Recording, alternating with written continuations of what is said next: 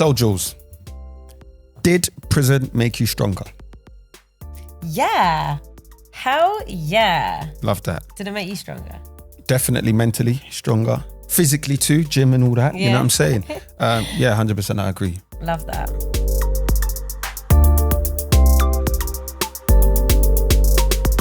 Hello and welcome back to Life After Prison. And today we're very happy to welcome podcast host of Delinquent Nation, TV presenter and producer, David Navarro. What's happening? What's going on, man? Welcome. Yeah. Thank you, man. Thank you for having me. Appreciate you Thank taking you time for- out to yeah. be here today, man. Thanks for joining us. So some of our listeners might know you from your very successful podcast, which is Delinquent Nation, yeah. So yeah, can you tell us what it's all about? So Delinquent Nation is about basically giving a platform for ex-offenders. And I feel like hearing their point of view could work as a deterrent for other people that might be going down the wrong path.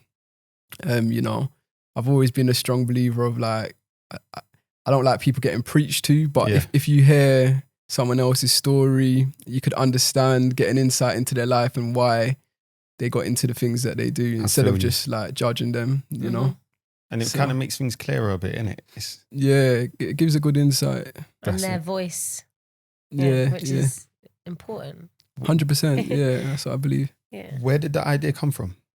Towards the end of my sentence, I think it was on my 4th year, I used to watch, there was these documentaries that come out like on like Channel 4, ITV, whatever. And it was like prison documentaries. And I just felt like it wasn't, the narrative was all wrong. It wasn't the reality of prisons.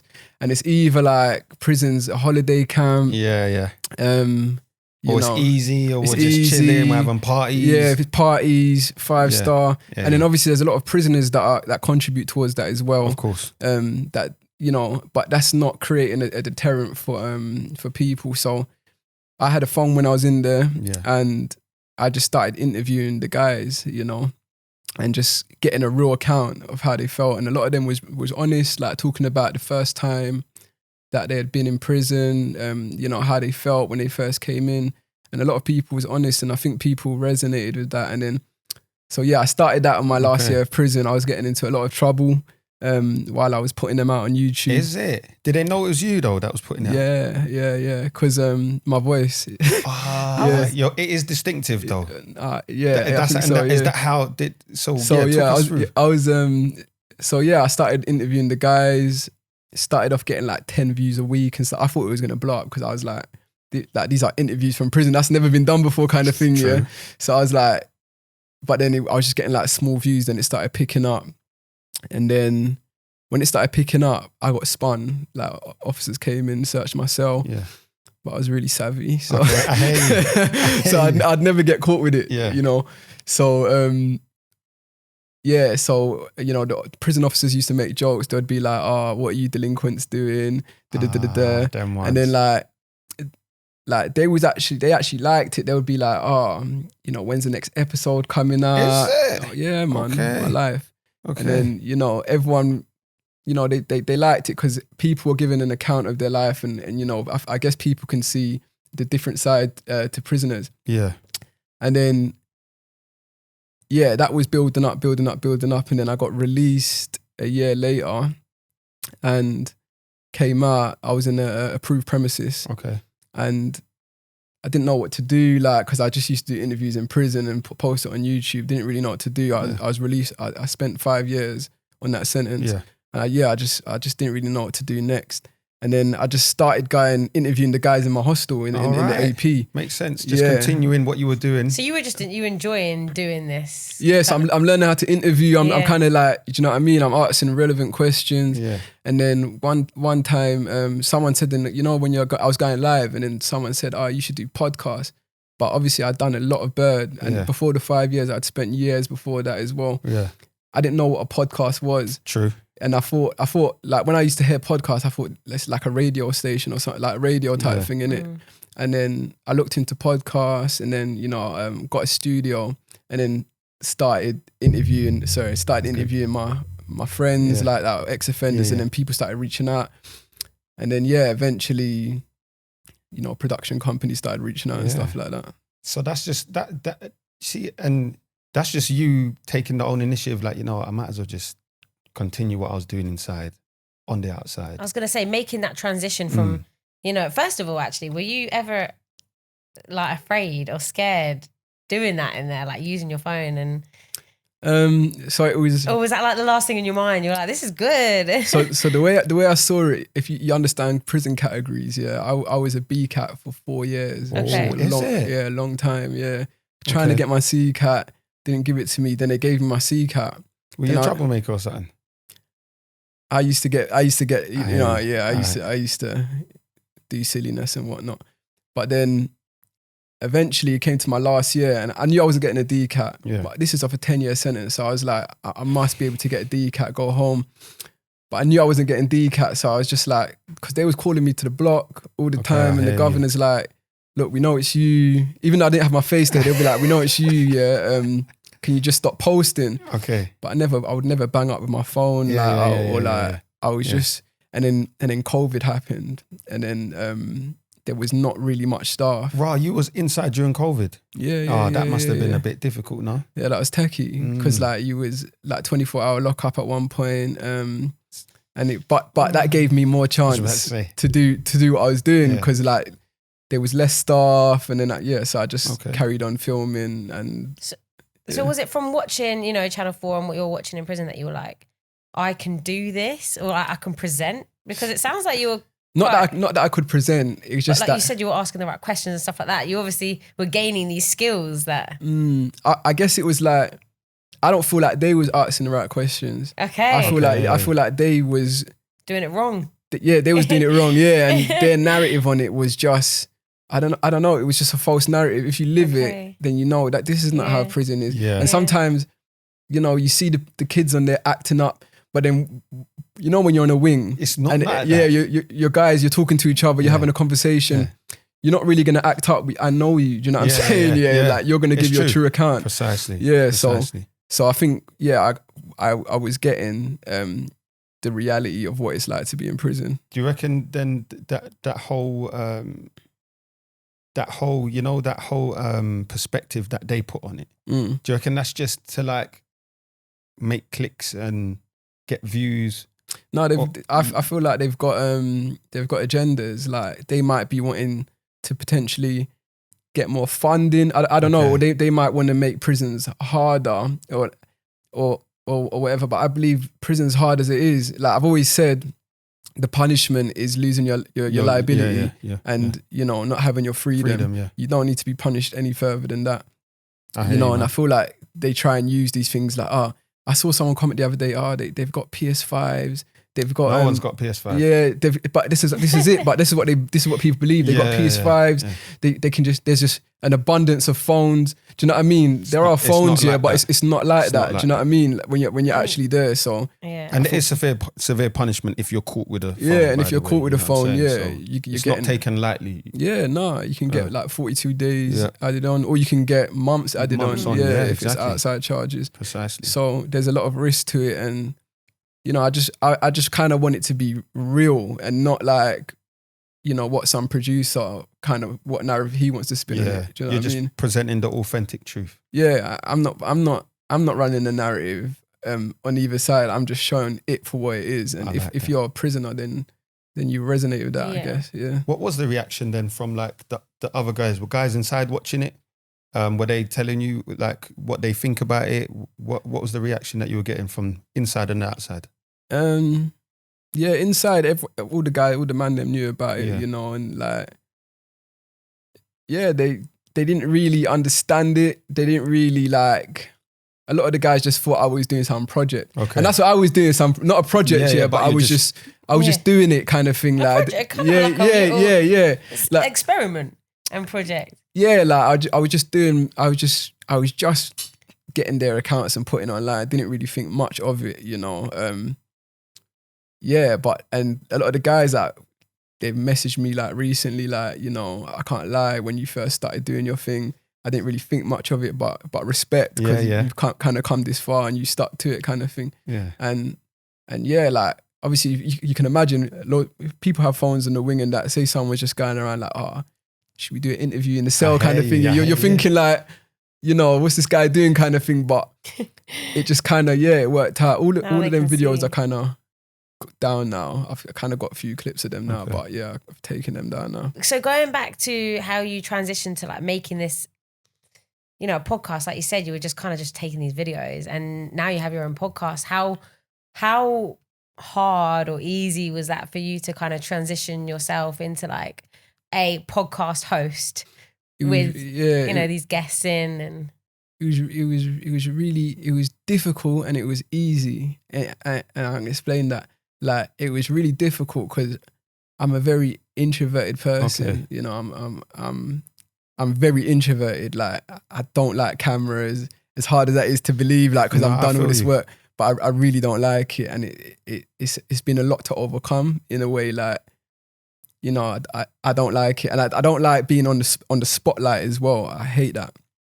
But, you know, I'd spent 10 years of my life in prison, from like 20 to 30 in prison. And I couldn't keep doing the same thing. And it was easy in a sense where I'm just talking to the man them. When I'm in jail, it's easier for me to talk to someone that's like me than for me to talk to someone that's from a different world. Yeah, that's from a different world that doesn't really understand the kind of life that I've lived, kind of thing. When I'm talking to the guys, it's very easy because I can relate a lot. They can relate to me. Yeah. And that's how maybe I can get a lot more out of these people. Do you know what I mean? Because it's, you know, like people are talking to like people, but yeah, so it was very difficult, and it still is. Like even up to now, like when I go and do a podcast, you know, but I'm getting better. You know, I'm getting better at questions. Bruv, you've been fine since we started. You're good. You know what I mean? No, I appreciate that. You know, I think you need to give yourself a bit more credit. And also, that's a massive thing to like to number one, recognize how much of an introvert person you are, and like to host a podcast, like it's so on the other side. If you never said it, I wouldn't have known. Yeah. Is it? Yeah, bro. So yeah, you've come so far with that. Yeah, well done. No, it's been like, it's something that I've been trying to overcome in it. But yeah. And if those that are listening haven't seen Delinquent Nation, then look it up on YouTube. 100%. And see David himself in full swing. Yeah. So what was the easy part then to it? And like I said, the easy part is just talking to the guys. That's what makes it easy, because as long as I could like imagine that the cameras aren't there. I hear you. See, even right now, and I'm chatting to you, like, you know, I'm kind of blocking out these cameras. I do the same. I try and focus on you. Yeah. Because if I start thinking about, you know, people that are watching, what might, you know what I mean? I might change a bit, but like, if as soon as you block that out and you start having a genuine conversation, then it's easy because you're talking to someone that's like yourself. I think it would be difficult if I was in, like, for example, in one of my documentaries, I interviewed an MP. Okay. And that was much more difficult than interviewing someone like yourself. Do you know what I mean? Or you, like, you know, because we can relate about a lot of things. But for me, it's easier to talk to people that are like me. What you do really well on Delinquent Nation is you allow others to speak. And give their story. You know what I'm saying? Because that's my whole point of it. It's not about me. It's about like your story kind of thing. And I'm just trying to facilitate that and like help you tell your story in a sense. I like that, man. Yeah. So did the younger you ever think you'd be doing something like this now? Nah. No way. Because I was very involved, you know, like in criminal activities and stuff like this. Not in a light way either. Like, I was very much involved, and I never would have thought about this. But I've never been an idiot, you know, kind of thing. Like, I've never been. I hated the fact that I wasted a lot of my life in jail. Like, all of my 20s I wasted, and I hated that. And my license runs out in 2025. Okay. And then that nearly there. Yeah, not nearly there, yeah. But that would have made me 35. So when it was coming towards it, I was about 29, coming towards the end of my sentence, I was like, I can't go back. I haven't got another day in me. I ain't got another month in me. Because if I get recalled and go back, I'm coming out at 35. At the time, I had no kids. Yeah. Like, I was so behind on life. I'm the same as you, you know? Yeah. That's the same as me. Most of the 20s inside, a bit of my late teens. came out 29. Yeah. So you think things differently, innit? You also develop consequential thinking, critical thinking, like these type of things that you don't have as a youth, and you don't really think about the repercussions or anything like that. You're just trying to mash bread or whatever, you know. So what was life like growing up then? It was it was all right, man. You know, as I said before, I grew up with my grandma because both my parents passed away. I went, I did all right in school. Didn't pass my GCSEs or nothing like that, but I did all right in school. I guess the issue was money, you know, and I think that was the issue for a lot of kids. And I was hanging out with the guys. I think you mentioned a few of them before. We don't need to mention them now, but I was hanging out with the guys, and we used to chill outside of bookies. Like people used to come up and want to buy drugs, innit? So there was an operation, there was a sweep in Tottenham. All these people just kept coming, and because I was like a young boy, hoodie, you know. They used to approach you? Yeah, like, oh, can you get me this? Can you get me that? And then I just took that opportunity to make money. So it wasn't even like you planned it. It kind of like presented itself. Yeah, it presented itself, and I took it like an opportunist kind of thing. Like took it to make money, and then I ended up in country. You know, I started off working for someone else. Then I ended up taking his line. Then I ended up, you know, like you developing it, you progress, doing my own thing. And then it was like, from there, I was like, I dropped out of college because my way of thinking was why would I go to college or anything like this? Like, why would I do these? I was making loads of mistakes because even when I was 16 as well, I had like, I used to weightlift and things like this, and I had a scholarship for Loughborough. Like weightlifting, what was that about? Like, so after school, when I used to go to school, I used to go to New River Gym, which is around the corner. I just wanted to go back then. I think it was like £1.20 to go to the gym or something like that. And I'd go there, but I just used to like the bench, innit? So I think I was like 15 years old, yeah. And I was like benching like 80, 90 kg, and then on the machine, I could bench like 100, but that's a machine, and it's not the actual thing. That's still impressive, though. So this was this just like kind of like an outlet for you? Yeah, I enjoyed it. Like I really, it was like a hobby for me. I really enjoyed it. I was quite a sporty person, you know. I used to like these things, like the track as well, running, racing, and you know, like Haringey Champs. What's it called? Like you know when you go. We have that as well. We have it's like a borough championship, isn't it? Yeah. Like I used to like that stuff, and. So yeah, I found this gym. I wanted to get big, things like that. That was the aim. And then the guy that owned the gym, he was like a champion, a weightlifting champion himself. Wow. He saw me and took interest in me, and he was like, "You don't have to pay, but you have to come to this other room where we do weightlifting and all of that stuff." I was interested. I just wanted to do machines and get hench kind of thing. And I was like, "Cool, I'll do it because it's free," kind of thing. So yeah, I was coming every day, and every day what you do, you would run around the track twice. So do about 800 meters before, just a warm up. Wow. Then you'd go I'd be in the gym, work all day in the gym, and then come home late, you know. But then there was still like gang shit happening in the ends, kind of thing, like problems that we was getting into. And then, but yeah, I carried on working with him, and then there was like another guy that came out of that gym. He's like a Paralympian. Okay.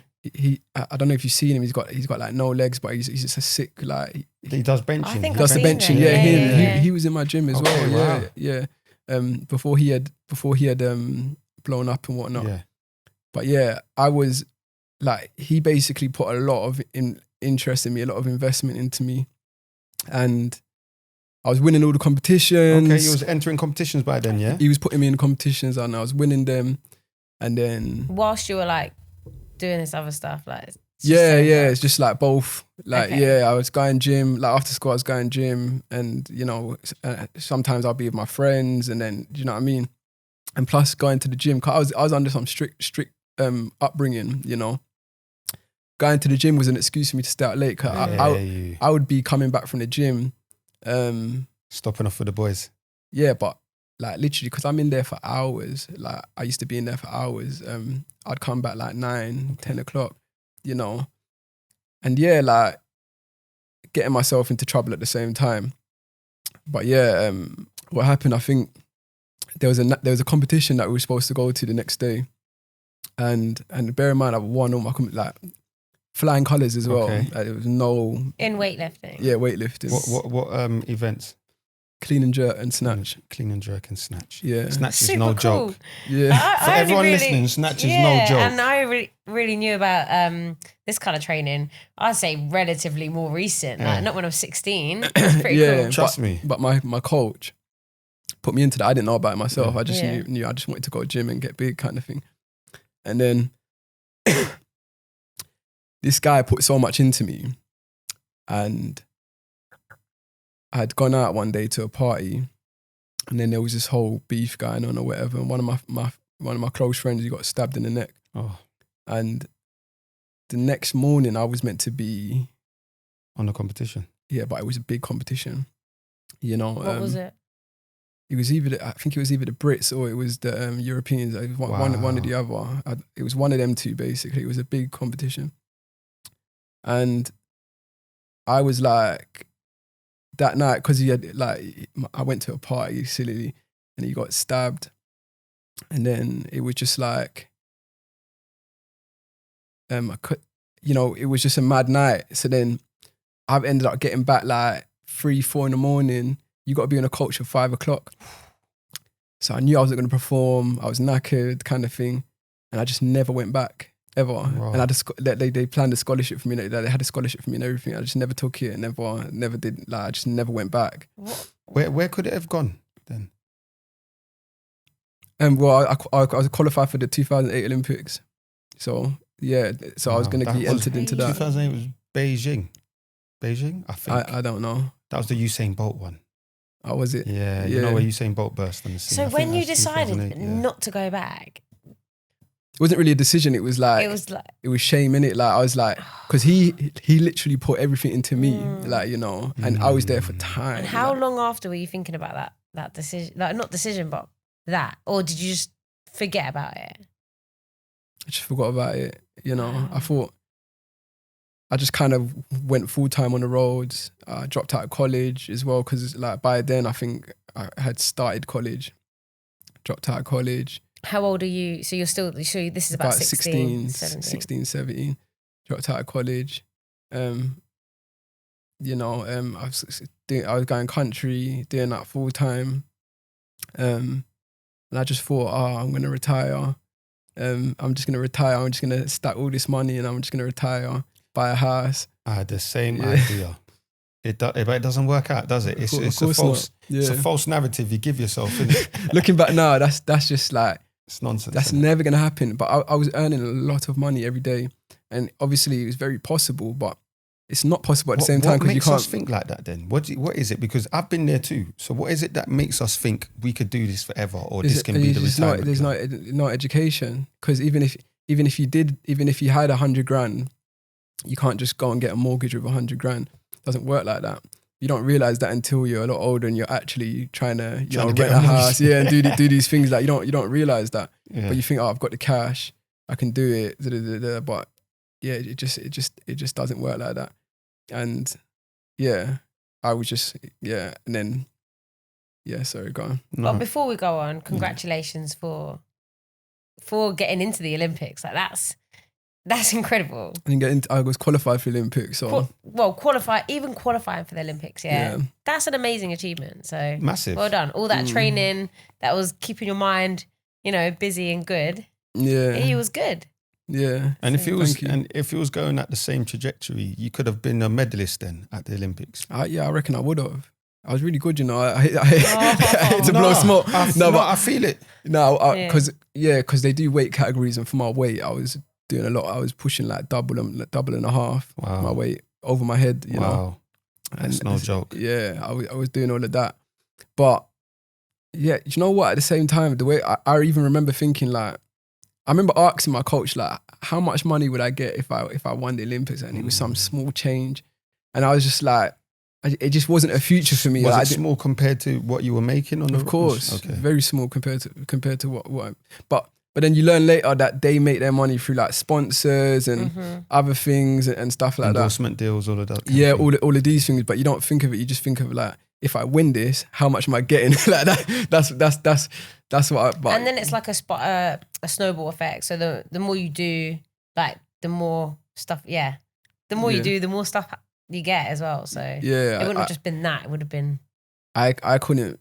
I think I was very impulsive as well. I just couldn't really think too far forward back then.